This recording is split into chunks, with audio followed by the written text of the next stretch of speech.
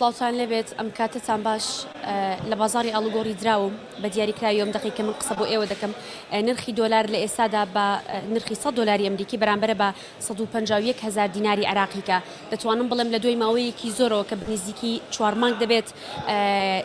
بەهای دۆلاری ئەمریکی بەرامبەر بە دیناری عراقی ئەم نرخی ئێستای بەخۆیەوە نبینیوە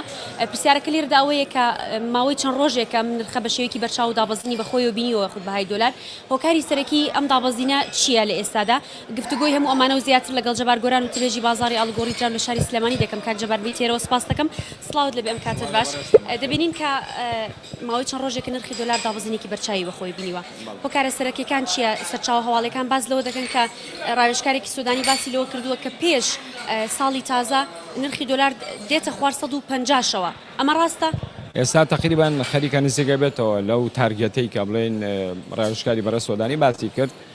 طبعا نەما هەمووی ڕنگدانەوە و کاریگەریەکانی ئەو بانگەشە زۆرەی بانکی مرکزی عێراقیە کە قسە باز دەسەرەوەکە لەسەر کۆمەڵی پرس و بابەت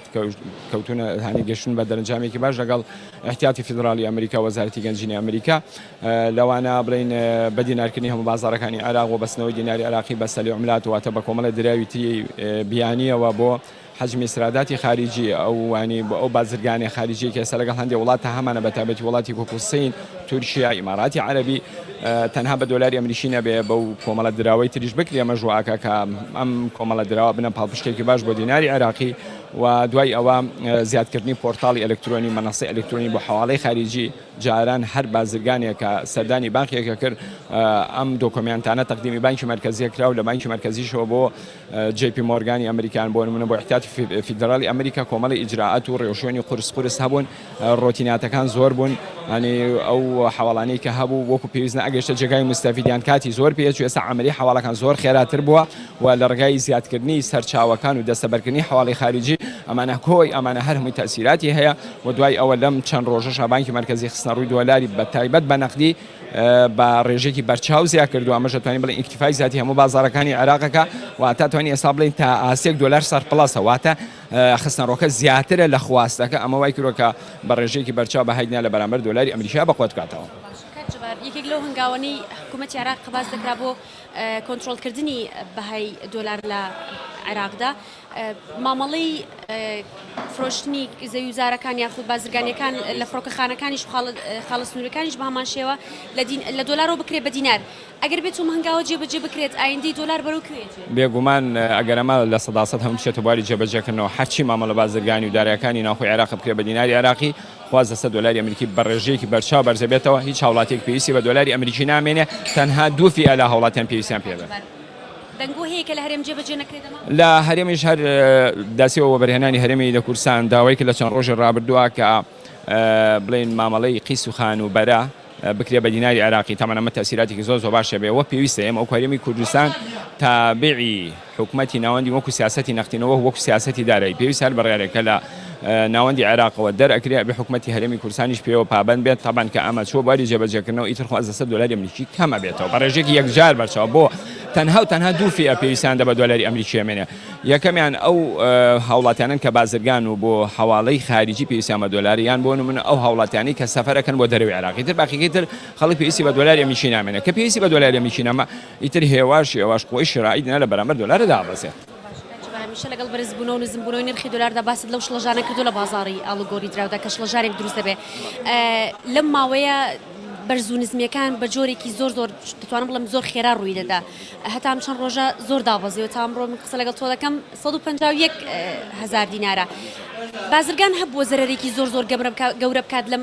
بەرزی و نزمێدا بە پێی زانیاریەکان خۆی بێگومانەرە وەڵام مانی بە تایبەتی هاوڵاتیانێکی زۆر کە لە ماوەکانی ڕابردووە ڕوانەکردن بازاڕی دراوانە مامەڵەیانە کرد ڕاستەوخۆ بە بێگەڕانەوە بۆ هەموو بڕۆکەر و کۆمپانیا و نووسینگەکان ڕاستەخۆیان هاتە ناو بازاڕەکان و مامەڵە دارەکانی خۆیان بە ئەنجامەگەیان بێگومان تووشی زەرۆریزیانی زۆر ئەبن چونکە بەڕاستی ئەم بازاڕان پێویستی بە ڕێوەشکاری دارایی و پێویستی بە ئەو ئرشادات و تەوسیانەیە کە ئەدرێ بە ئەو خەڵکانی کە مامەڵە ئەکەن بۆیە خەڵکانێک ینی و ئەگەر باگراوندێکی معریفی زۆر باشیان نەبێت لەسەر پرسی بەهای دینار و دۆلار و مامەڵەدارەکان بێگومان تووشی زەرەرە من بەڵێ بەشێکی زۆر لە هاوڵاتیان تووشی زەرەر بوون زەرەری زۆر گەورەش و بازرگانەکانیش دە بە هەمان شۆ ڕوبەڕووی زەرەر و زیان بوونەتەوە بەڵام ئێمە بە پێی توانە خۆتان ئاگادارن بۆ بەشێکی زۆری دەستگاکانی ڕاگەاندن ڕۆژانە ڕوونکردنەوەمان هەبوو شیکردنەوەمان هەبوو شوڤەمان هەبوو سواز و هەتا ئاسێکی باشیش پێکەوێتی دیارە ئەو هەوڵاتیانشی کە بەڕاستی جوان لێگرتوین سوازخوا ئەتوانە بەڵام سوود و قازانجی باش ئەمە دەستێنەوە خۆتان ئاگادارنەوە من یەک مانگە ڕێکە بە بەردەوامی قسەم لەسەرەوە کردووە کە بە کێروی بەهای دینار لە بەرامبەر دۆلارە ڕوو لە بەرزیە باشە ئەگەر بەم ئاراستێ بەشێکی زۆر لە هەوڵاتیان مامەڵەکانیان بە ئەنجام گیان بێ ئەنی ئومێد دەکەم کە بڵین زیانیان نەکرد بێ سوود و قازانجە بەدەستێنە بێ کلای تۆ هەیە وەکوتەبێژی بازاڕی دۆلارەکەم و کابووری ناسێکیش چاوەڕوان دەکەن ساڵی 2024 شەمان چارەنووسی ساڵی 2023 هەبێ بۆ دۆلار من قەنەعەتم وایە ئەو کۆمەڵە هەنگاوی کە سەرەتا باسم کرد و کۆمەڵی ڕێکار و ئیجراعاتی تریش بچێتە بواری جێبەجێکردنەوە و دوو ئامرازی تر بگیرێتە بەر کە زۆر گرنگە بەڕاستی یەکەم قۆڕخکاری لە باخەکان چونکە بازرگانی سیاسی هەیە بەڕاستی نانی ئەم هەڵبەز و دابەزە ئەخواکە بەداخەوە بەگشتی هەوڵاتیان تووشی زەرەرەکات بتواندرێت بە هەر وەسیلەیەک بێ کە ینی وەک بڵێن منفەزی قۆڕخکاری کۆنتترۆل بکرێ بەڕاستی و لە ڕێگەی وەزارەتی بازرگانی و بەگشتی ئەنجومەنی وەزیران بتوانن مەنافسی حدودی خاڵە سنوورەکان دەکۆنتترۆل بکەن بە بردنە دەرەوەی دۆلار بە قاچاق ئاودیکردنی دۆلار بە قاچاق ئەمانە ڕێگری لەم دوو بابەتە بکرێ ئەو کۆمەڵە هەنگاوی تریش بچێتە بواری جێبەجێکردنەوە هەر هەمووی پێمانەڵێ کە بەهای دینار بەهێز ئەبێت و کێروی بەهای دۆلار لە بەرامبەر دینارە ڕوو لە خواریە زانیاریەکانت بەڵێ بینەرانی شارپرێ سەڵبەت وەکو کاکجەبار ئاماژەی پێکردن نامێ بچمەوە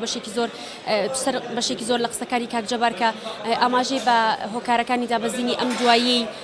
بەهای دۆلار بەرامبەر بە دیناری عراقی کرد لە بازاڕەکاندا بە جۆرێکە کە بە شێوەیەکی بەرچاوکو ئاماژەم پێکرد لە دوای ماوەیەکی زۆر تاوەکو ئێستا ئەم نرخێکە ئەمڕۆ ئەو دقەیەکە من قسەتان بۆ دەکەم 151,000 دینارە